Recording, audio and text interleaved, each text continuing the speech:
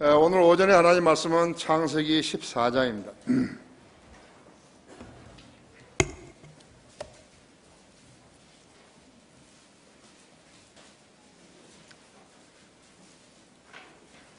창세기 14장 17절부터 20절까지를 제가 받들었습니다. 아브라함이 아니고 아브라함이죠. 아브라함이 그돌라오멜과 그와 함께한 왕들을 쳐부시고 돌아온 후 소돔 왕이 망우 골짜기인 사베 골짜기에서 그를 맞이하려 나갔으며 살렘 왕 멜키세덱이 빵과 포도주를 가지고 나왔으니 그는 지극히 높으신 하나님의 제사장이었더라 하죠.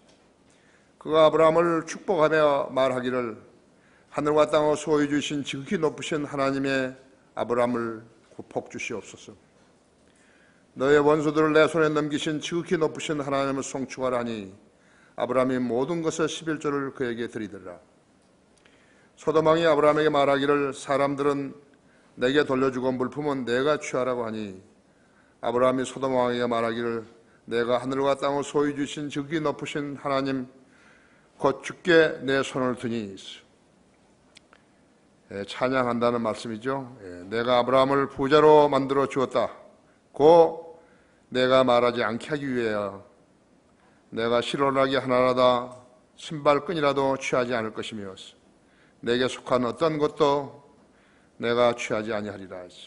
청년들이 먹었던 것과 나와 함께 같은 아넬과 에스콜의 마무리의 봉깃만을 제외하여 그들로 자기들의 분깃을 가지게 하라 하니라. 자, 이 말씀에 기도하겠습니다. 사랑하신 주님, 오늘도 아름다운 예배로 모이게 해주셔서 감사를 드립니다. 주님은 늘 저희 기도에 경청하시며 실제적으로 이루어지고 계십니다. 이 땅은 비가 오지 않아서 농사를 짓는데 매우 어려운 상황에 있었고 식수마저도 부족해서 하늘만을 살아보는 사람들이 늘어나고 있었습니다. 어떤 저수지에는 거의 0.6%밖에 물이 차지 않아서 또 지하수를 끌어올리려고 해도 물이 없었습니다. 사람들은 그러한 상황이 하나님의 도움이 없으면 있을 수 있다는 것을 알고 있으면서도 하늘을 쳐다보기를 거부하는 것입니다. 하나님을 믿고 하나님께 기도하고 하는 일을 거부하는 것입니다. 정부는 정부대로 하늘을 쳐다보기를 원치 않고 기상대는 기상도대로 기상예보의 컴퓨터에 의존하고 있기 때문에 그들이 예보한 것은 거의 다 맞지는 않습니다.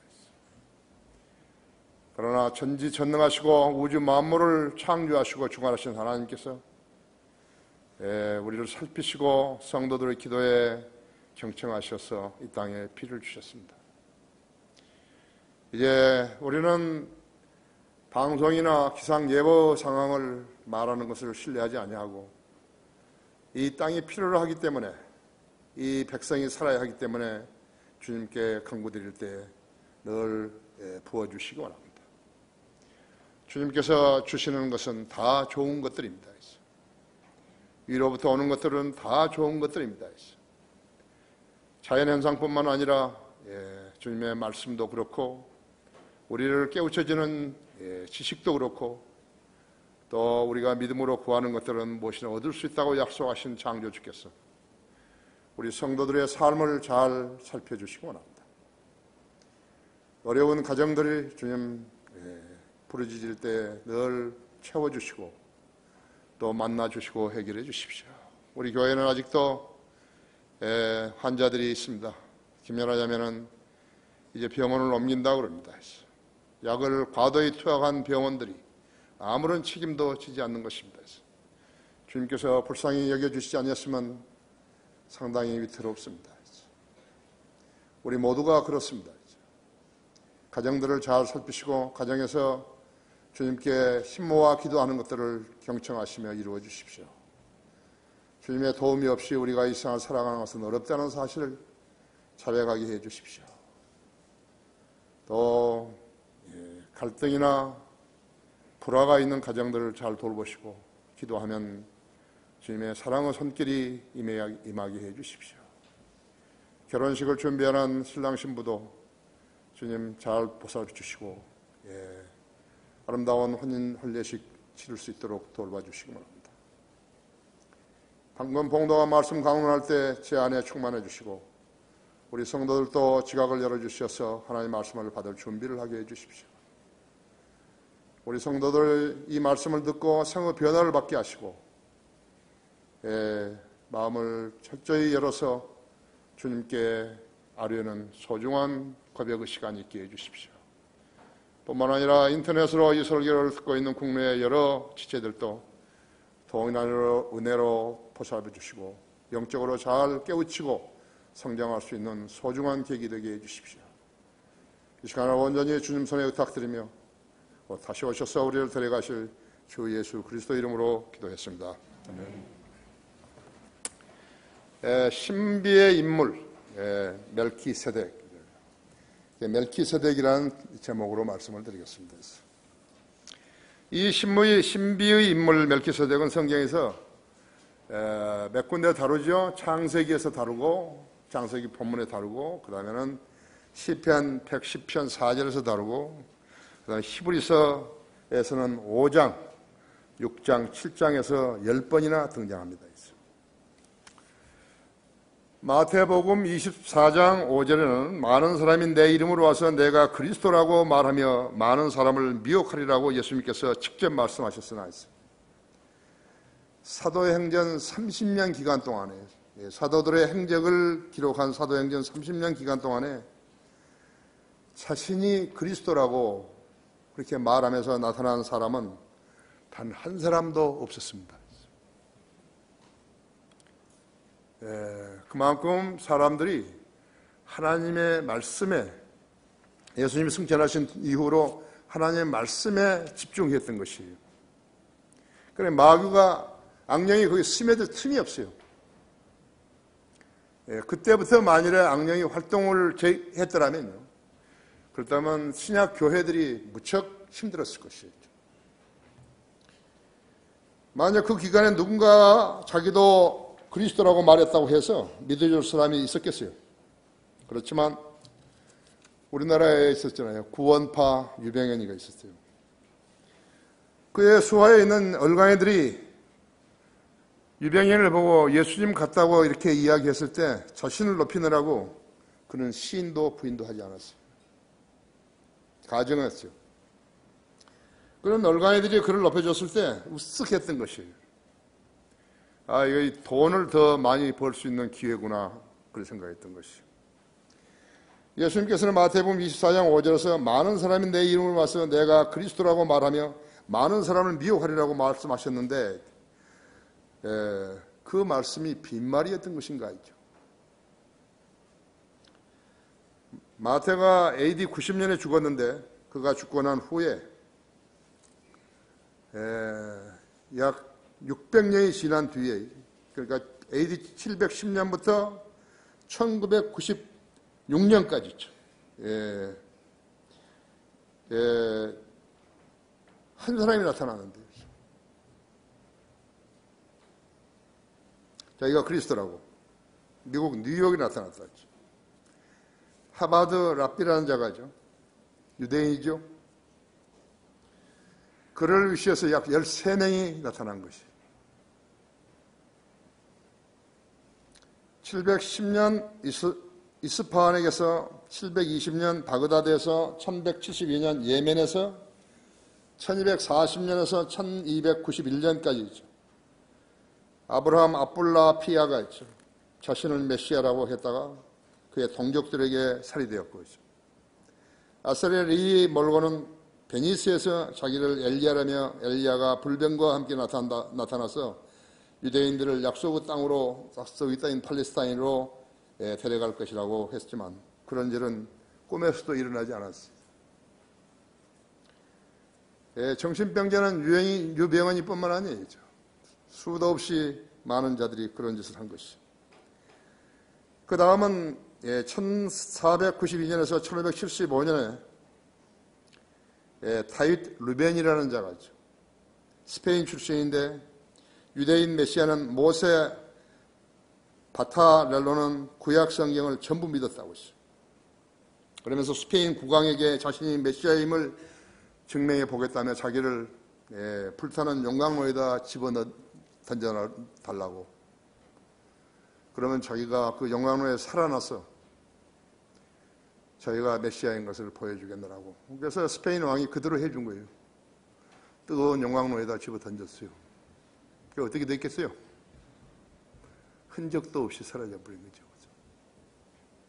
이게 많은 정신병자들이 있었던 거예요. 성경을 가지고 장난치는 자들이요, 가장 가증한 자들인 거예요. 성경을 가지고 설령 그런 일은 용광로에다 집어 던져달라고 그러지는 않았지만 자기는 무슨 마귀를 쫓아내고 병들을 다 고치고 한다고 하면서 사기친 자들이다. 그렇죠? 성경을 자의적으로 해석해서 자신을 메시아 또는 엘리야라고 말했던 사람들은요, 모두 마귀 들린 자였다.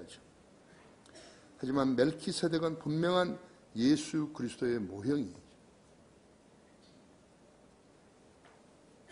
아버지도 없고 어머니도 없었죠.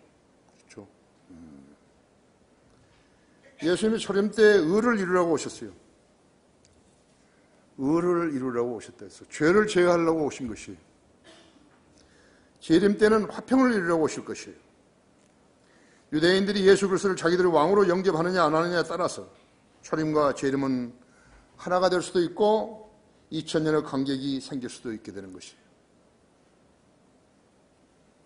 멜키세덱은 이방인 제사장이죠.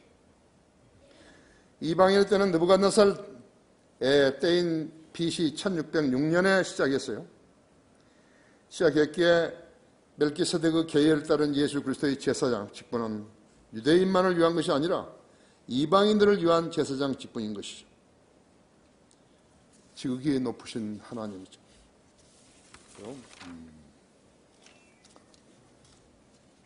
신비의 인물 멜키세덱은 과연 누구인가 했죠. 첫째로 그런 지극히 높으신 하나님의 제사장이었다고 했죠. 여기 17장 18절에 있는 데서 아브라함이 크돌라 오멜과 그와 함께한 왕들을 쳐부시고 돌아온 후에 소돔 왕의 골짜기인 살의 골짜기에서 그를 맞이하려 나왔으며 살렘 왕, 예루살렘 왕이죠. 멜키세덱이 빵과 포도주를 가지고 나왔으니 그는 지극히 높으신 하나님의 제사장이었더라 했죠. 멜키세덱은 신비에 쌓인 특별한 인물이다. 히브리서 7장 1절에서 3절에 이 멜키세덱은 살렘 왕이며 지극히 높으신 하나님의 제사장으로 그의 이름을 해석하면 첫째로 의의 왕이요 그 다음은 살렘 왕 곧 화평의 왕이라 했죠. 아버지도 없고 어머니도 없으며 계보도 없고 시작한 날과 생후 끝도 없으니 하나님의 아들과 같이 되어서 항상 제사장으로 있느니라. 멜키세덱은 이중적인 왕이었어요. 첫째는 의의 왕이요 두 번째는 화평의 왕이라고. 마태복음 5장은 예수님이 유대인의 왕으로 등장하시는 모습을 다루고 있고 하나님은 모든 원리 안에는 화평보다는 의가 먼저 나타나야 함을 보여주고 계신 것입니다. 우리가 향하는 모든 사역도 화평보다 의를 먼저 전파해야 하는 것이에요. 화평을 전파하고 실행하실 분은 예수님 한 분밖에 안 계시죠. 인간이요 화평을 이야기한다고 해서 되는 게 아니에요. 교황들이 지팡이 들고 다니면서요 화평한다고 해서 된 게 아니라고. 그 사람들이 성경에 무지하기 때문에 그런 짓들을 계속해서 해오고 있는 것이죠.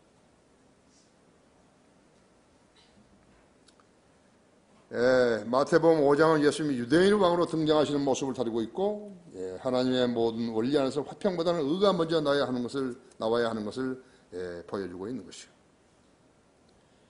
유대인들은 하나님의 의를 모르고 자기들의 의를 세우려 함으로써 그들 스스로 하나님의 의에 복종하지 아니하였다고 로마서 10장 3절에 말씀하고 있죠. 4절은 그리스도께서는 믿는 모든 사람에게 의가 되시고자 율법이 끝이 되셨다고 말씀하고 있는 거죠. 율법에서 난 의는 믿음에서 나온 의와 다르다고 하죠. 율법에서 난 의는 예수 그리스도를 구주로 믿음으로 이루어지기에 그리스도의 죽음에 대한 필요된 의인 것이. 하박국 2장 4절에서는 의인은 그의 믿음으로 말미암아 살리라이고, 로마서 1장 17절은 의인은 믿음으로 말미암아 살리라 하죠. 율법을 지킨 그 사람이 의인으로 인정을 받았지만요, 예수님의 십자가에서 흘리신 피를 믿고 죄사함을 받은 사람들은 모두가 다 신약 교인들이죠. 신약 성도들이죠. 그러므로 의인은 믿음으로 살리라가 로마서 1장 17절뿐만 아니라 갈라디아서 3장 11절이나 히브리서 10장 38절에도 똑같은 말씀이 있는 것이죠. 우리는 흔히들 피 흘림이 없으면 죄사함이 없다고 거리 설교에서나 이런 데서 말하는데요, 그것은 사실 잘못된 거예요. 예수 그리스도의 피 흘림이 없으면 죄사함이 없는 거예요. 구약시대에서는 짐승을 잡아가지고 피를 뿌렸기 때문에 피 흘림이 없으면 죄사함이 없다고 이야기했지만요, 예수 그리스도의 피 흘림이 없으면 죄사함이 없다고 이야기해야 되는 것이죠. 그런데 예수님의 피 흘림이 없었기 때문에요, 그 짐승의 피 흘림이 없으면 죄사함이 없었다고 유대인들에게 이야기한 것이에요. 그리스도인들은 그 말이 안 통하는 거예요. 여러분이 거리에 설교하거나 구령할 때는 그리스도의 피 흘림이 없으면 죄사함이 없다고 이야기해야 하는 것이죠.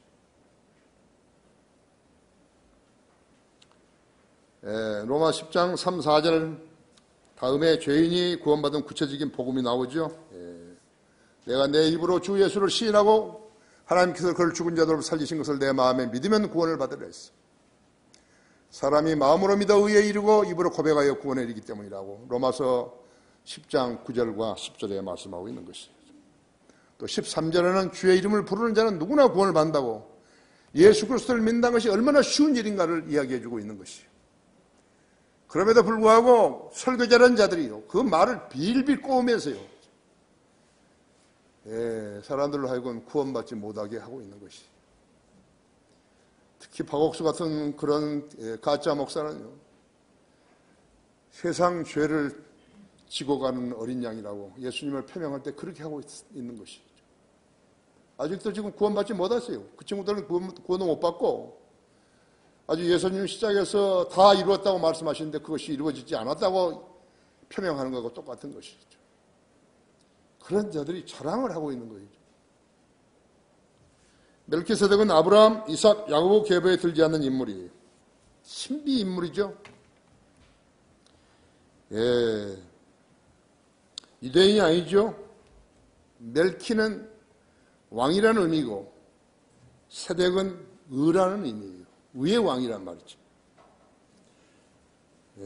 예루살렘의 살렘은 평화라는 의미이기 때문에 살렘 왕은 평화의 왕이라고 하죠.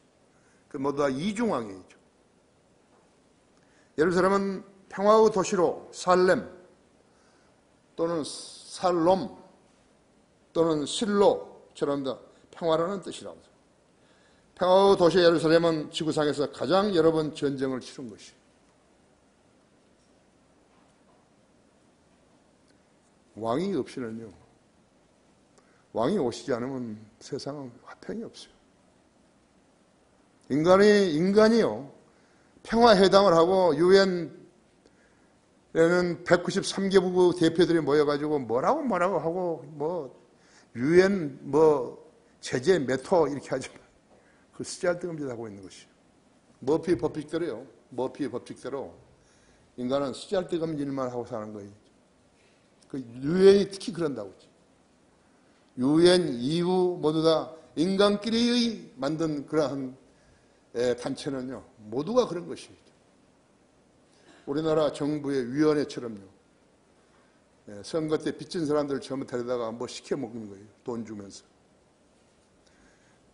5년 동안에 한 번도 모이지 않는 위원회도 있어요. 하나가 있는 게 아니에요. 여러 개 있는 거죠.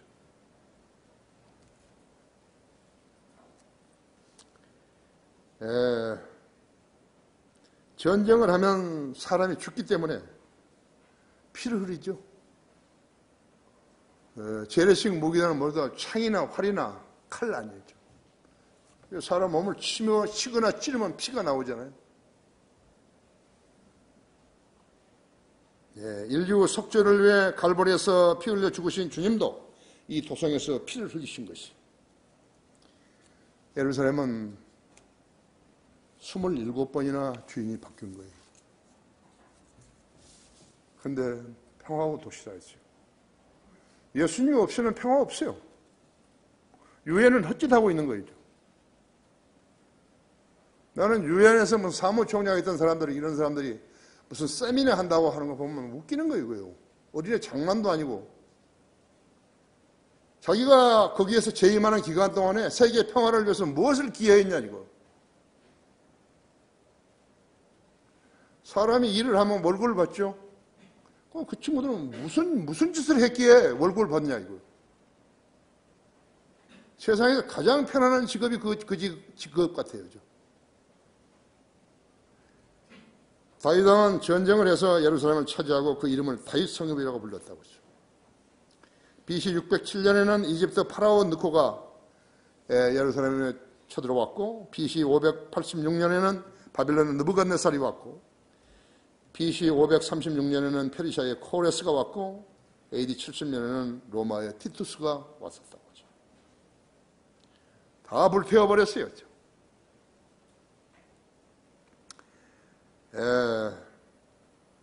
그 다음에는 637년에는 모슬렘 오마르가 왔고, 1099년에는 미친 교황들이 십자군 전쟁을 한다고 1187년까지 거기에 들락거렸고, 그 다음에는 모슬렘 살라딘이 들어왔었고, 1918년은 유대인 해방운동이 시작된 이래 이 도성은 이집트, 리비아, 사우디, 이라크, 요르단, 시리아, 팔레스타인의 공격을 받았다고 했습니다. 예수 그리스도께서 평화왕으로 오실 때까지 예루살렘에는 전쟁이 그치지 않을 것이죠. 시편 121편 6절에는 예루살렘의 화평을 위해서 기도하라고 그랬다고 하죠.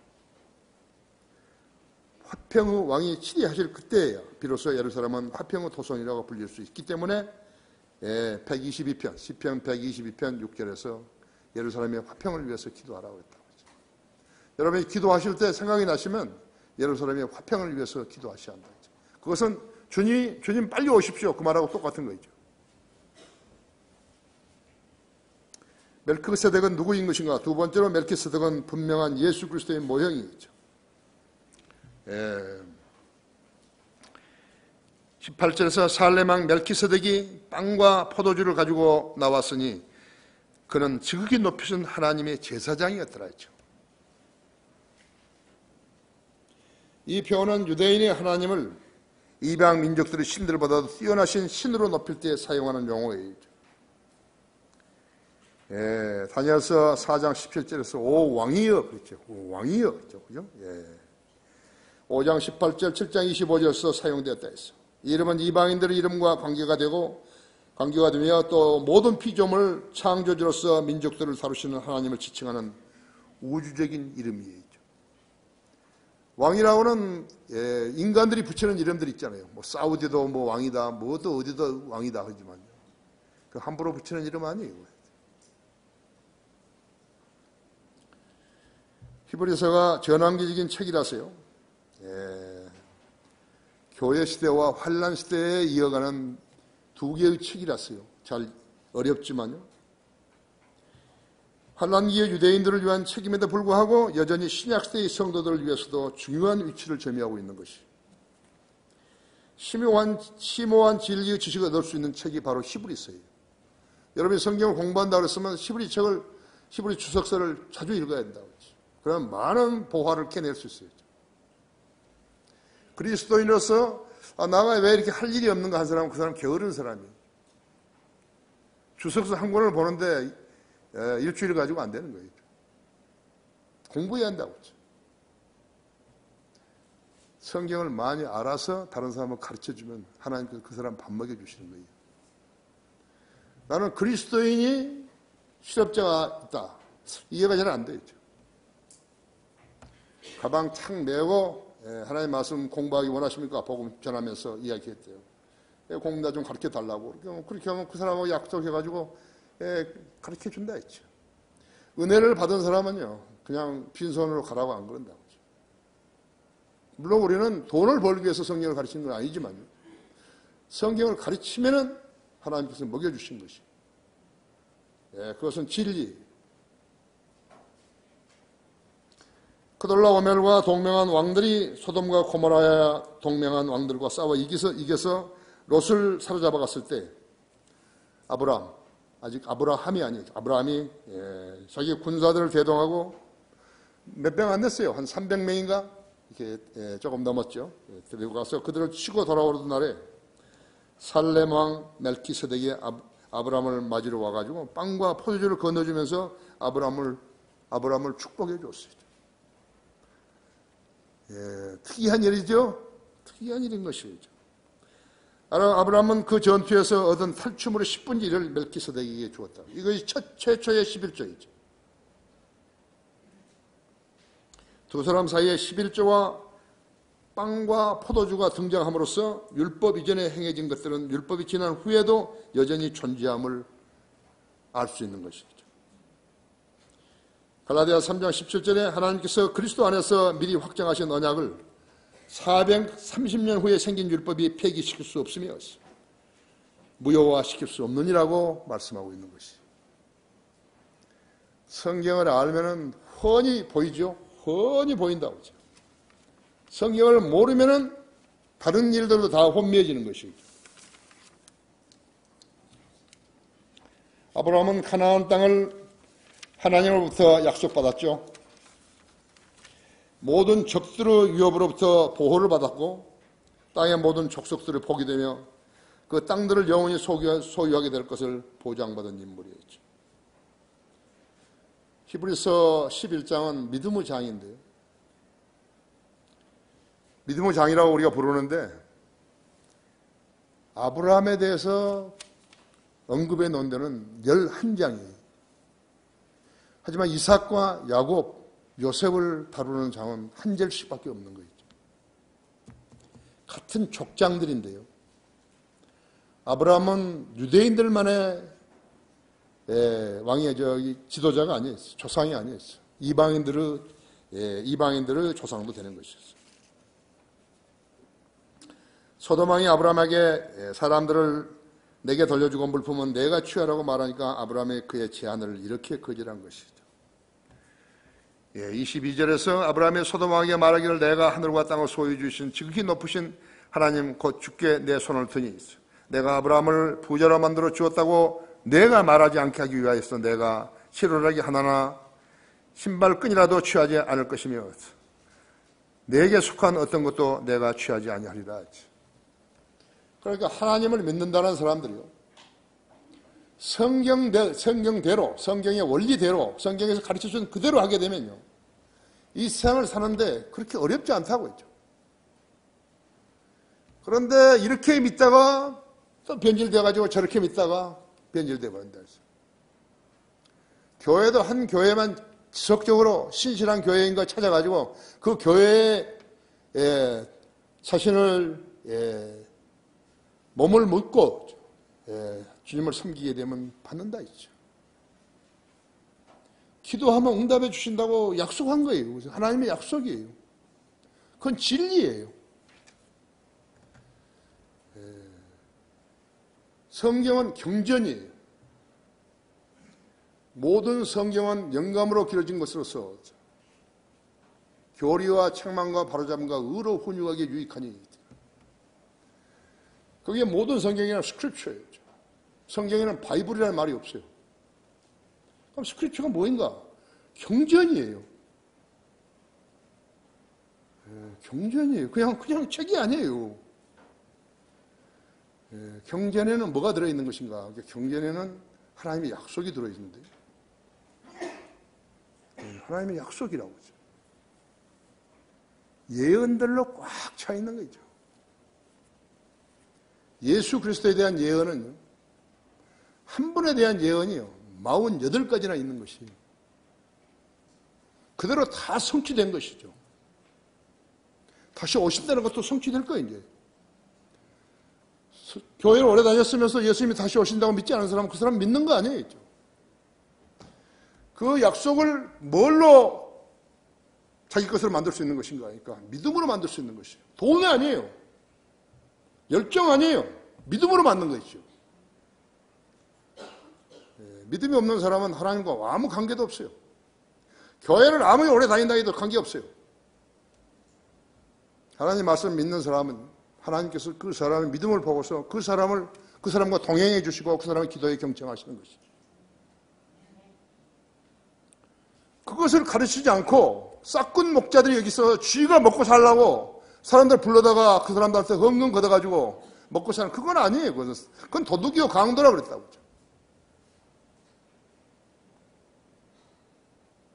나는 여러분에게 내가 믿음으로 무슨 일을 한다고 이야기했지 않았어요. 나는 아직 한 번도요. 지금 26년 동안 사역하면서요.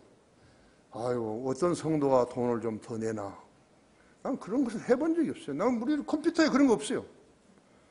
누가 11조 많이 냈는지, 누가 무슨 뭘 했는지. 그래서 하나님께서는요, 어떤 경우라도 나에게 다 알게 하신 것이에요.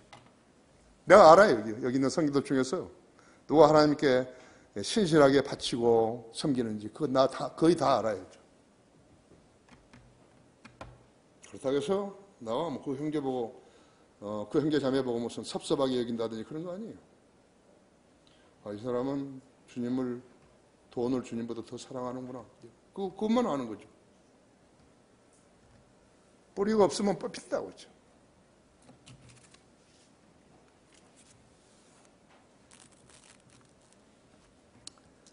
11조는 아브라함이 태어나기 300년 전부터 시행되었어요. 성경에서 10이라는 숫자는 이방의 숫자죠. 아브라함이 하나님의 부르심을 받기 이전에는 이방이었다고 했어요. 갈대아 우르에서 우상 숭배자였다고 했죠. 하나님께서 자신의 지상 계획을 실현하시려고 갈대아 우르 지방으로부터 우상 숭배자였던 그를 부르셨던 것이. 여러분은 언제 구원받았어요? 여러분이 구원받을 때 여러분은 마귀 자식이었어요. 우상 숭배자와 같았다고 하죠. 하나님께서는 자신의 지상 계획을 실현하시려고 갈대아 우르에 있는 그 우상 숭배자를 부르신 것이. 우리들도 복음을 통해서 예수 그리스도를 믿고 구원받기 전에는 모두 마귀 자식들이었다고 했어요. 하나님께서는 이방인 우상 숭배자를 부르셔서 히브리인의 조상이 되게 하셨다고 했죠. 할례를 통해 가지고 무엇을 증명할 것이 없으니까 할례를 통해 가지고요 히브리인이 되게 하신 것이죠.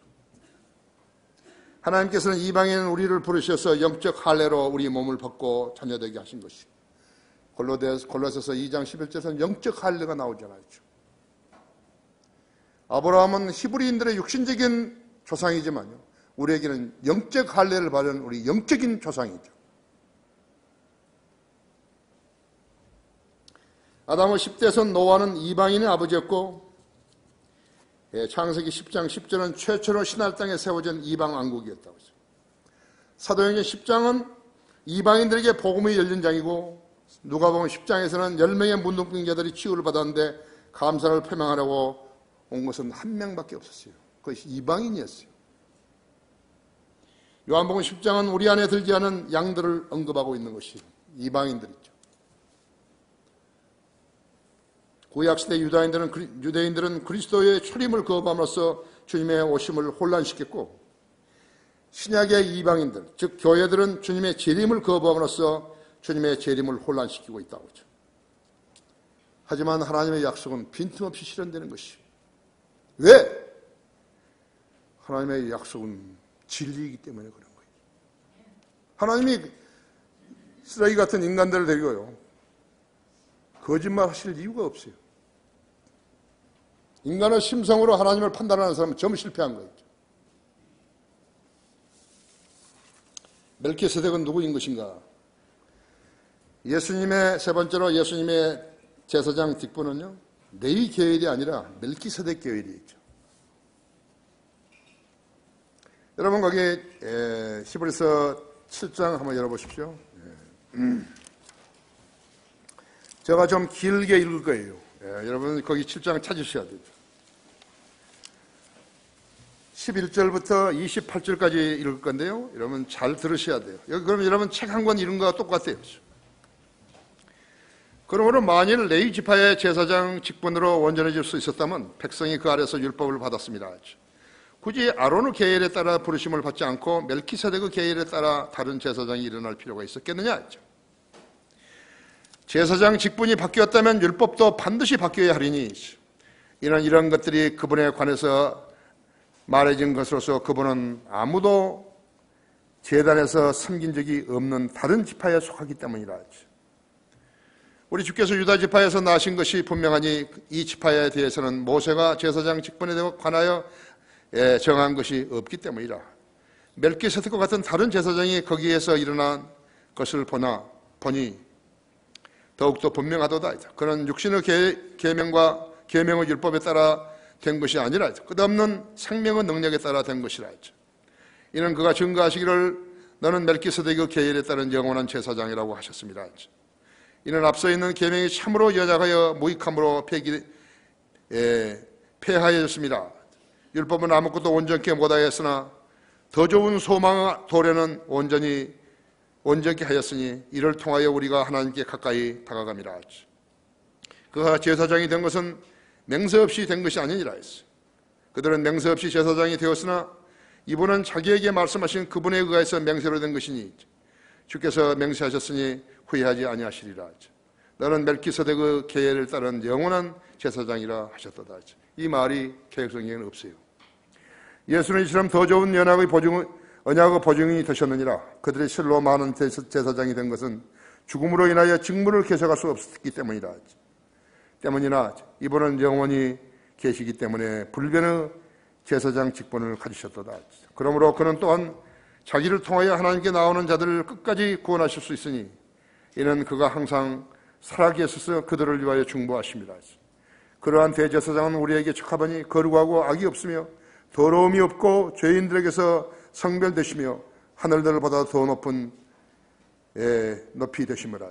그는 대제사장처럼 먼저 자신의 죄를 위하고 그 다음에는 백성들의 죄를 위하여 제사 드리는 일을 매일 할 필요가 없으시니 이는 그가 자신을 제물로 드림으로써 단번에 이루셨습니다.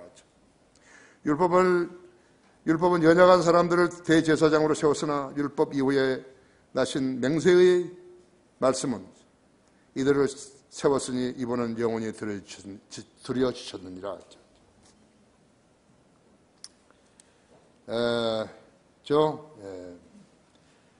멜키세덱이 그 누구이든지 간에였어요. 그가 예수 그리스도의 한 모형이라는 점은요, 성경을 믿을 수 있는 사람들에게 가르쳐주고 계시는 것이죠. 제사장 직분이 바뀌었다면 율법도 반드시 바뀌어야 마땅하다고 하죠. 거기에 히브리서 7장 12절이라든지 신명기 17장에 나와 있다. 레위 제사장 직분은 아브라함의 육신적인 자손들을 관장하는 직분이었지만 우리는 유대인이 아니고 이방인이기 때문에 십자가로 탄생하신 그리스도의 복음을 믿고 거듭난 아브라함의 영적 자손들이죠. 히브리서 저자는 새로운 제사장 직분을 설명하기 위해서 유다 지파를 언급하고 있는 것이에요. 하지만 유다 지파에서는 제사장이 나오지 않았다고 했죠. 적어도 모세의 율법 아래서는요 그랬다고 했죠. 오직 다윗 한 사람만이 제사장의 직분을 행했다고 했죠. 그래서 다윗은 특별한 사람이죠. 특별한 인물이었다죠. 그런 선지자요 제사장이요 또 왕이었다고 했죠. 다윗은 여러 면에서 율법의 예표가 되고 멜기세덱과 마찬가지로서 그리스도의 예표이고 멜기세덱도 왕이요 제사장이며 예수 그리스도께서도 선지자요 제사장이며 왕이시다고 하죠. 예수 그리스도는 유다 지파의 사제로서 아론의 계율을 따르지 않으셨다고 하죠. 예수 그리스도는 만왕의 왕이시여 만주의 주가 되시는 것이죠. 디모데전서 6장 15절이라든지 요한계시록 19장 16절에 만왕의 왕이시여 만주의 주시라고 그랬다고 했어요. 히브리서 10장 14절에는 7장 14절에서는 우리 주께서 유다 지파에서 나신 것이 분명하니 유다 지파에서 나신 것이 분명하니 이 지파에 대해서는 모세가 제사장 직분에 관하여 말한 것이 없기 때문이다. 말한 것이 없기 때문이다.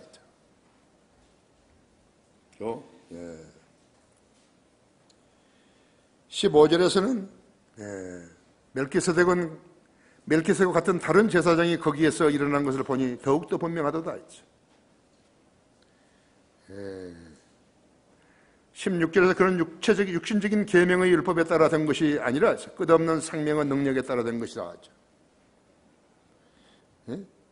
17절에서는 이는 그가 증거하시기를 너는 멜기세덱의 계율에 따른 영원한 제사장이라고 하셨습니다. 유대인들은 대부분 유대교의 머리를 쳐박고 있기 때문에요. 이런 진리를 볼 수 있는 영적인 안목이 없어요. 여러분들이 귀가 열리고 하나님의 말씀을 잘 이해해달라고 기도한 사람들은 다 아는 것이죠. 알 수 있는 것이죠. 어려운 게 아니에요. 성경 어렵게 된 거 아니에요. 누구나 알게 하신 것이죠. 하나님께서는 유대인이라고 해서 성경을 알 수 있는 조명을 주시지 않으셨다고 그러죠.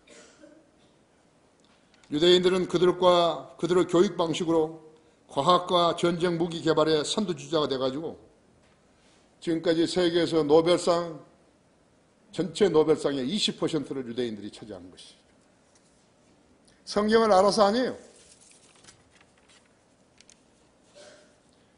우리나라는 한 개도 못 받았죠. 노벨 평화상 그것은요, 스웨덴에서 아니에요. 노르웨이죠. 그것은 DJ가 5억 불을 북한에다 갖다 주고 받은 수치스러운 상이죠. 아무도 인정해 주지 않는 것이에요. 아는 사람이든 모르는 사람이든 아무도 인정해 주지 않는다 했죠. 남아공 맨델라도 받았고 미국 대통령이었던 버락 오바마도 받았다고 했죠. 그렇지만 이라크와 아프가니스탄에서는 자폭 사건이 쉬지 않고 터져가지고 지금도 사람들이 피 흘려 죽고 있는 것이. 그것이 이제 북유럽까지 옮겨갔다 있죠.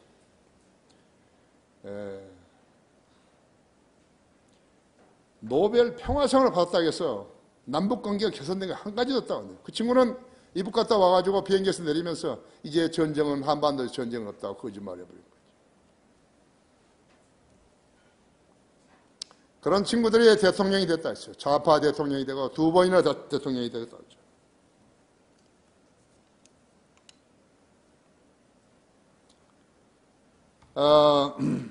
내가 알고 있는 한 사람이 있어요. 이복칠 박사라고. 원래 내과 의사인데요. 그 아내도 내과 의사예요. 근데 LA에서 지금 그 오하이오 대학교에서 교수하다가 LA에서 지금 한의사, 침을 배워가지고 한의사 하고 있는 거죠. 우리 큰애하고 친해가지고 있어요. 큰애 친해가지고, 내가 그때 심장이 아팠을 때, 이 스텐트 넣기 전에요. 이제 나가 LA 오면은 자기가 치료해 주겠다고 이렇게 해가지고 일주일간 먼저 와달라고. 그래서 이제 LA에서 설교하고 토론토에 가서 설교해야 되는데, 그래서 먼저 갔죠. 나이도 꽤 먹었는데 그분이 이제 나를 이렇게 침을 놔주는 것이요. 매일 한시간씩. 그리고 꼭 나를 데리고 돼지고기 하는 데를 가가지고 점심을 사주는 거예요. 매일 사주는 거예요. 내가 궁금해가지고 왜 나를 자꾸만 돼지고기 먹는 데로 오냐고, 데리고 오냐고. 돼지고기 기름 입자가 소고기보다 작기 때문에 심장병 환자들은 그것을 먹어야 된다는 거예요. 아, 그러냐고. 이분이 돈을 안 받아요. 우리 아들이 돈을 냈는 거 해가지고 네가 돈 냈냐니까 아니라 했죠. 왜 돈을 안 받으시냐 그러니까 내가 LA에서 2번 성경 핵심 강의를 했는데 거기에 부부가 다 왔었다는 거 있죠. 이분이 다른 거 이야기하려는 거 아니에요. 이분이요, 논문을 109개를 쓰신 거예요. 그 논문 내용에 의하면요, 이분은 노벨상을 받고도 남아요. 그래서 이제 우리나라는 노벨상 수상자가 없기 때문에 DJ를 찾은 거예요. DJ 연락해가지고 DJ한테 이 논문을 조금 스웨덴에 알게 해달라고. 이 DJ가 이리저리 밀려다가 죽어버렸잖아요. 그래서 이 노벨상을 수상하고도 남을 사람이요, 그 노벨상을 못 받게 된 것이죠. 후수후 누가 누구인가 하는 그것이 그것도 세계에서 이제 인터내셔널로 하는 것도 누군가가 알려줘야 되는 거예요. 그 사람에 대해서. 이런 사람은 이런 자격이 있다 이래가지고 알려줘요. 그러면 이제 그 사람들이 준 거거든요. 심사해가지고. 나도 누군가가 해준 거예요. 나는 그 사람 전혀 모르는 거예요. 그 사람들이 나한테 이걸 보내온 거예요. 책도 이만한 것을 해가지고 보내왔다 했지. 그 노벨상에서 배운 거 이 사람들도요. 아까운 사람이 있죠. 아까운 사람이 그 노벨상의 빛을 못 보게 된 것이라고. 로마 카톨릭과 교단 속에 파묻혀 있는 개신교회들은요, 이런 진리를 알 수 없다고 했어요. 하지만 누구든지 구원을 받아 하나님의 자녀가 되게 되면 성령님께서 그를 진리로 인도해 주신다고 약속하신다고 했어요. 왜 나는 성경 구절을 잘 암송 못하는가? 왜 나는 성경의 진리 지식을 잘 모르는가? 하죠. 하나님의 말씀을 믿지 않기 때문에 그런 것이죠.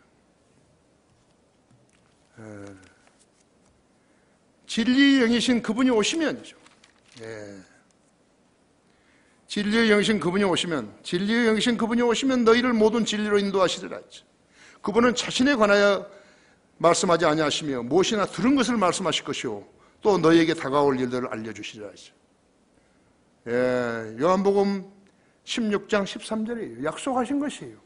성경은 약속의 책이에요. 어떤 사람이 그 말씀을 믿느냐 안 믿느냐에 따라 다르다고 했죠. 그 안 믿는 사람이 기도하는 거하고 믿는 사람이 기도하는 거하고 응답받는 것이 다르다고 했죠. 그리스도인으로서 살면서요. 남자나 여자나 젊으나 늙으나 하나님으로부터 기도 응답을 받았느냐고 물으면요. 아주 난처해 하는 사람들 내가 보는 거예요. 왜 그럴까요? 하나님의 말씀을 형식적으로 믿기 때문에 그런 것이. 그리스도인은 실업자가 있어서는 안 된다고. 그리스도인은 장가 못 가고 시집 못 가는 사람이 있어서는 안 되는 거였죠. 자기 배우자는 자기가 찾아야 되는 거예요. 일단은 서로 공감이 돼야죠. 서로 좋아해야죠. 그렇잖아요. 같이 평생을 살 건 서로 좋아해야죠. 누가 붙여줘가지고 좋아하지도 않은데 누가 하라 그러니까 했다 그러면 그건 결혼이 아니죠. 더 질문이 있으면 나한테 찾아봐요, 개인적으로. 그럼 내가 이야기해 줄 테니까. 유대인 레위 지파 제사장 직분은 영원한 제사장이신 예수 그리스도를 선두주자로 만족해야 되는 것이죠. 선두주자의 직분에 만족해야 된다 했죠.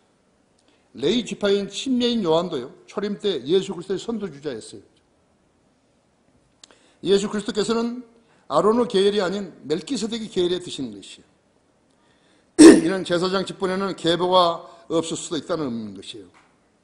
우리의 제사장 직분도 아론의 계열을 따를 수 없는 것이 분명하죠. 주님께서 멜기세덱을 따랐으니까 우리도 멜기세덱을 따르는, 주님을 따르는 것이. 목사 하시죠. 왜 그러죠? 하나님 섬기라는데 왜 안 섬기는 거예요? 진리를 알면요, 누가 하락해서 한 게 아니죠. 그렇죠?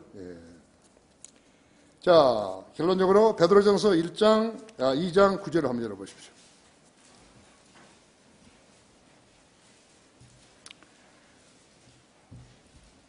지금 우리에게 말씀하신 것이요, 구원받은 성도들에게 말씀하신 것이요. 그러나 너희는 선택받은 세대의 왕같은 제사장이며 거룩한 민족이요 독특한 백성이니 이는 너희를 어두움에서 불러내어 그의 놀라운 빛으로 들어가게 하신 분의 덕을 너희로 선포하게 하려는 것이니라. 내가 주님을 이렇게 믿었더니요, 주님께서 내 기도에 응답하셨어요. 실업자에게요, 기도 응답을 몇 번 받아야 되죠? 실업자가? 한 번 받은 거예요. 결혼할 사람이 배우자를 몇 명 얻어야 되죠? 한 명이에요. 그렇잖아요. 그리고 한 명 선택한 사람은 사랑해야 하는 거예요. 거짓말로 사랑하면 안 돼요. 진짜로 사랑해야 되는 거예요. 그것을 감지하지 못한 사람은 거짓말을 잘하는 사람하고 사는 거예요. 거짓말 잘하는 사람하고 살면요, 그 상대편도 거짓말로 사랑하는 거예요. 그게 통하거든, 둘이 다. 그죠? 그게 있어요. 예. 10절에서 너희가 전에는 백성이 아니었으나 이제는 하나님의 백성이며 전에는 자비를 받지 못했으나 이제는 자비를 받았느니라 했죠. 사랑하는 자들아, 타국인 같고 순례자 같은 너희에게 공고하느니 혼을 거슬러 싸우는 육신의 정욕들을 멀리하라 했죠. 이는 너희가 이방인들 가운데 행실을 바르게 하여 그들이 너희에게 악을 행하는 자라고 말하다가도 너희의 선한 일들을 보고 감찰하시는 그날에 그들로 하나님께 영광을 돌리게 하려 합니다. 성도들은요, 자신들의 지성으로 이해가 안 되면요, 믿으려고 하지 않는 습성이 있는 거예요. 하지만 성경은 인간이 이해했기 때문에 존재하는 책 아니에요. 이미 존재한 말씀을 우리가 믿음으로 수용한 것이에요. 그게 성경입니다. 그래서 사람들이 성경을 수용하지 못하고 계속 뱉어버린 거예요. 영양분 없어요. 거듭남은 그 첫째 관문일 뿐이에요. 거듭났다고 해서 다 만족하고 사는 거 아닌 것이죠. 마귀가 그걸 데리고 노는 거있죠. 멜키세덱은 신비로운 분이시지만요, 멜키세덱보다 더욱 신비로운 분은 우리 주 예수 그리스도이신 것이에요. 뿐만 아니라 우리의 제사장 직분도 신비롭게 얻어진 것인 것을 알아야 되는 것이에요. 그리스도인은 거룩한 제사장이죠. 이걸 오해해가지고 목사하면, 여자 목사하면 안 되는 거죠. 이 제사장 직분은 신비롭게 얻어진 것인 것을 알아야 하는 것이에요. 다 같이 기도하십시다.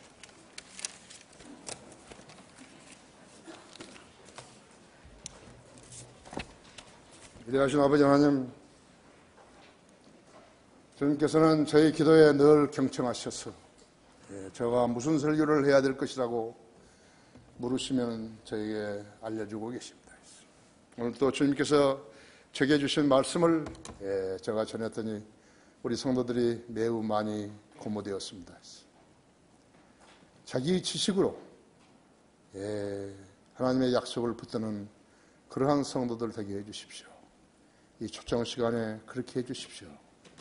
저희가 이 예배들을 통해서 깨닫지 못한 부분들을 오늘 깨달았고 주님 앞에 나와서 기도드리면 주님 만나주시고 해결해 주십시오.